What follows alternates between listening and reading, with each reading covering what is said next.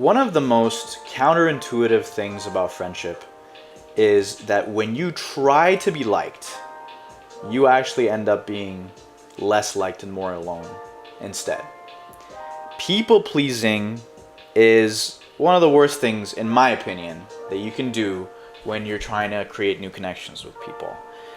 Because people pleasing backfires, and it's very easily read by everyone, and it's kind of exhausting. We've all met that person that no matter what happens, they're always trying to back you up or show you that they're on your side regardless of what side you're on. And then they also talk shit about other people around you. So you know that they're kind of doing the same thing with the other people. You see it around other people and in front of you where they try to people please you. But then they're also talking shit. So we can see through these kinds of behaviors, people pleasing and not being authentic. People can see that. It's pretty obvious to most people, at least. And so it backfires most of the time. Today, we're going to talk about how to stop being liked or stop wanting to be liked and to actually try to build authentic relationships instead. So, number one is what I mentioned. Stop people pleasing. Stop agreeing with everything everyone says all the time. Stop bending over backwards for people. People see right through that, and it's not very likable behavior. It's fake and it's exhausting, and people can tell, just like I mentioned. Number two, authenticity, on the other hand, attracts the right people. So if you're actually yourself and you unapologetically act like yourself, yes, you're going to repel some people. Yes, some people are not going to like you, but that's fine. Those people weren't going to be in your group of friends anyway. But at the same time, you're going to actually attract the people that would be better friends with you in the first place. So if you actually are yourself, you end up building stronger, deeper, better connection with people that you would end up being friends with anyway. So it's actually beneficial to be a little weird, or to be yourself, your own version of weird, whatever that is. Number three, to go with authenticity, is vulnerability. Vulnerability builds stronger trust and surface level connection. So I bet that the majority of your best friendships, your first circle people, you all have something vulnerable in common. For example, for me, one of my best friends, we are nothing alike at all. Our personalities are completely different, and people are kind of like shocked to know that we're best, like close friends.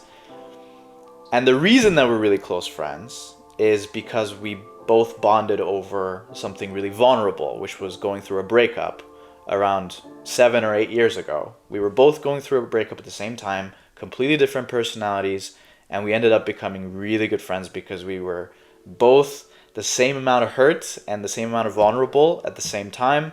And so we bonded over that, and that bond has still persisted with us through this whole time. And he has completely different values and completely different priorities in life, and I have my completely different philosophies and ways that I look at life as well, but we're best friends. Like, I can say he's in my first circle.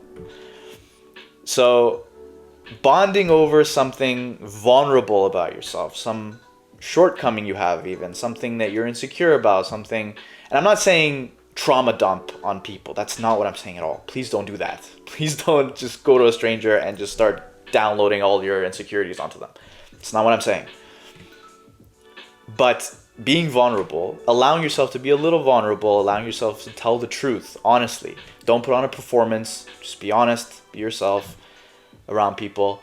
You will repel the people that wouldn't have been your friend anyway, and you will attract the people that would actually gain benefits from being your friend. And you would gain benefits as well from being their friends. Number 4, boundaries.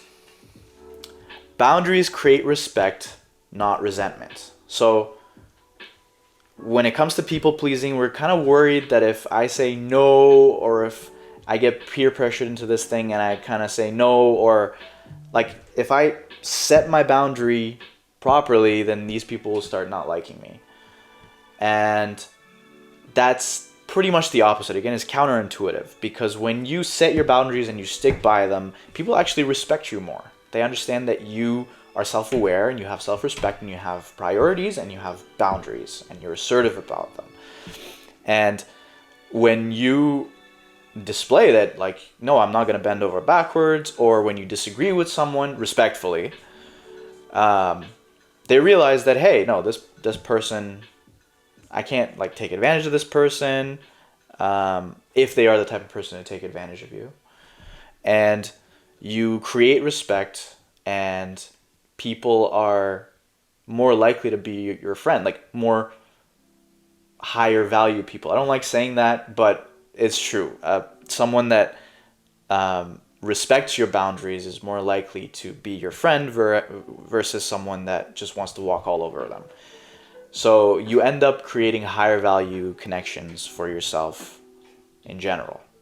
So be firm with your boundaries. Figure out what your values are properly. There's 1,000 videos on the internet teaching you how to do that.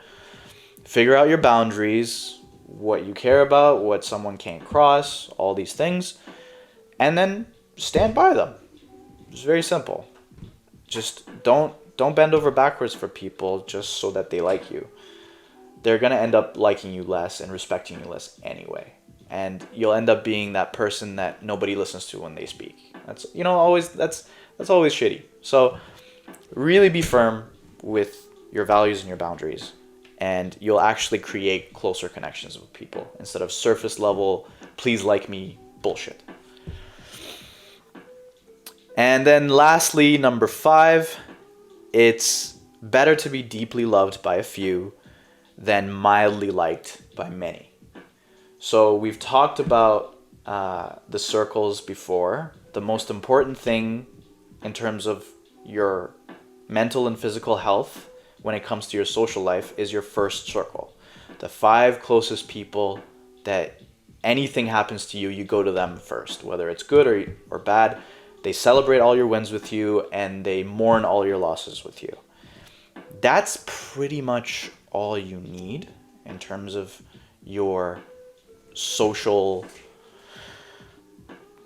prescribing you some social thing that you need. It's those 5 people. You don't need anything more than that. And introverts are probably okay with 3, and that's fine. That's normal.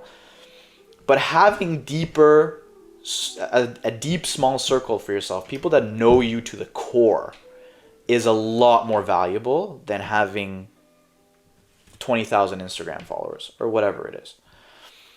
Popularity fades after a while. There's a bunch of movies and TV shows like BoJack Horseman. That's the whole point of that, is that popularity fades and then you're just left alone with your thoughts.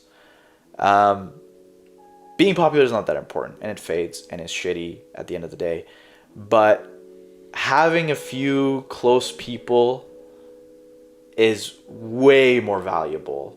People that know you, people that stand behind you no matter what, is way, way, way more valuable and more important to your health than it is to be popular. So try to be less interested in being famous and popular, and try to actually find like proper good connections, authentic, genuine, emotional connections and friends with people.